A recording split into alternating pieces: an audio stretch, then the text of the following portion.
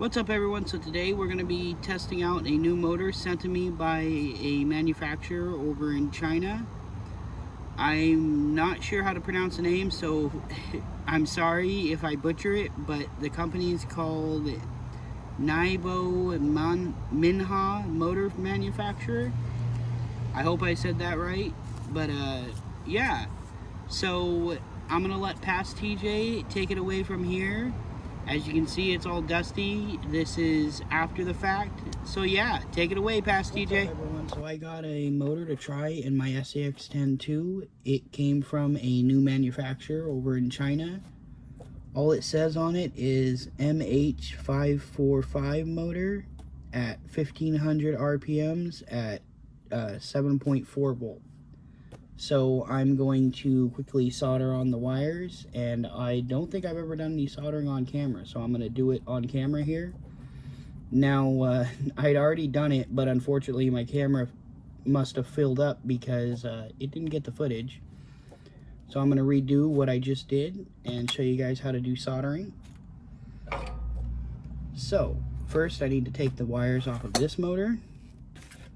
So I'm going to tin the iron, which basically just means get a little bit of solder on it, and then these wires will pop right off. Not that hard to do there. Now soldering them onto it is a bit trickier, dang lid, because you do have to use flux. I'm going to use that motor to keep this one from moving. So first we've got the negative wire. And how I know negative and positive on this motor is there's a red mark on the positive side. I'll show you that a little better here in a minute. So we want to put a little bit of flux on here. That's what's in this tin over here. And then tin the motor itself a little bit. Since it's already got solder on it, I don't really need to do that much.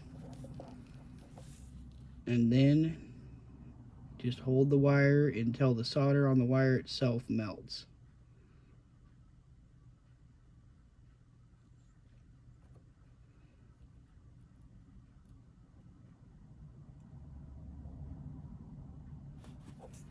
And don't blow on the solder because it could crack if you try to cool it too much or too quick. I've used to try to do that and the wires would always pop off afterwards or eventually while it's running. So now we've got the positive. Again, these are pre-tinned.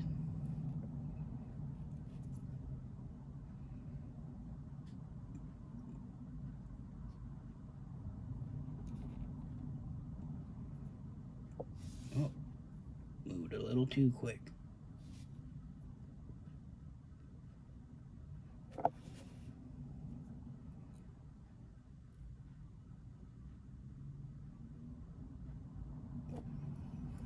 There we go. And then when you're done doing your soldering, be sure to wipe your iron off on a wet sponge. Keep the tip clean. That's what she said. Sorry, couldn't help it. And we're done. Now we got to do a quick break-in, a dry break-in on this motor.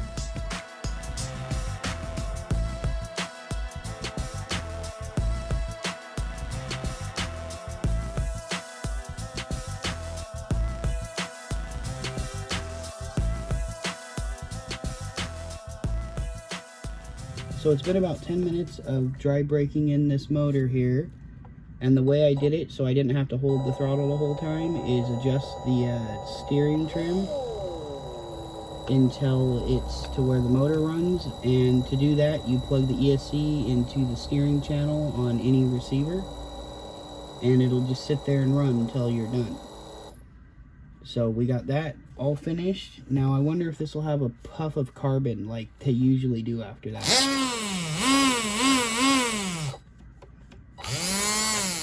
Don't look like it.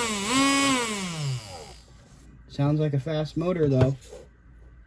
You can see a little bit of carbon on the cardboard there, but you can't really see it in the camera. Anyways, I'm going to take this away and get my Scx10 and see if we can't install it on camera.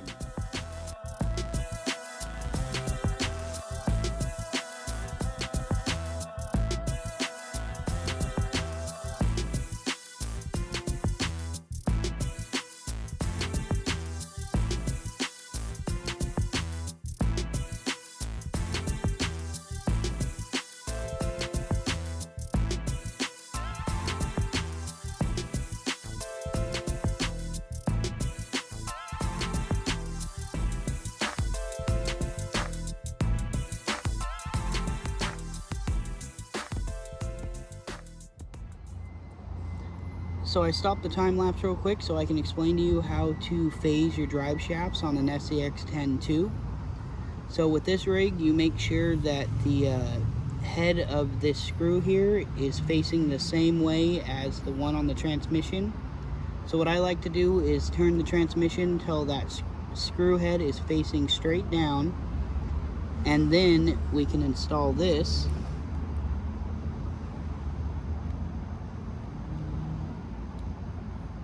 And make sure everything's lined up. You'd want to put a little Loctite on here. I will do that off camera as always. And you're good to go. So I'm going to do the rear and I'll be right back. So I put my 3S LiPo on here. Before we hit the course, let's try out the top speed.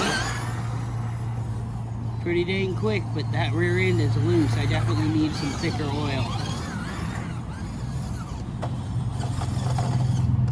You can see what I mean? There goes my body.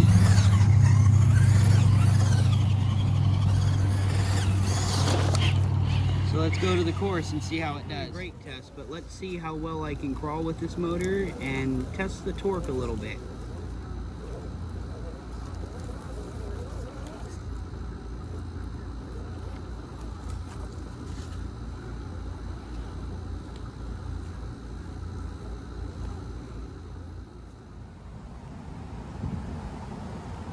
Honestly, it isn't the greatest at super slow control, but I think this would make a great trail basher motor. It seems to have a decent amount of power.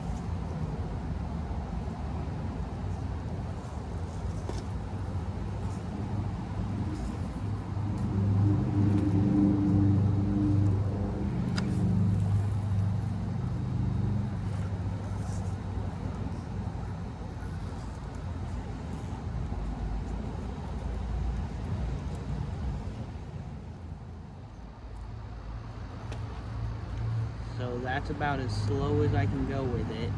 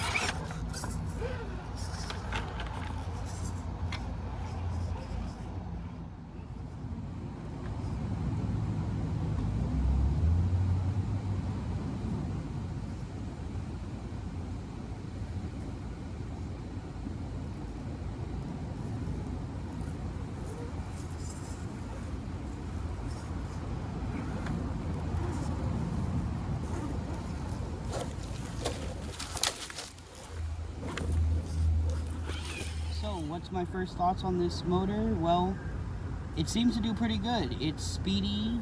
It would make a great like bouncer or trail basher, something like that, which is mostly what I do with this truck anyways. So that's good. It does lack a little bit of control, but I am on 3S, so that kind of comes with 3S sometimes. Otherwise, yeah, it's a decent motor. So could I recommend it? Yeah. I mean, if you want to fast motor that has a decent amount of power. It's pretty good. It does have a very good motor. The real test will be this winter when it gets all nasty and muddy out, and we'll see how it does, because I'm going to run this motor for a little bit and it'll either last or it'll fail. So I hope you all enjoyed the video. As always, remember to hit that like button if you did, and subscribe if you haven't yet. It really helps the channel out, and it's free. And also hit that bell icon so you're notified of whenever I post. Talk to y'all in the next one. TTFN.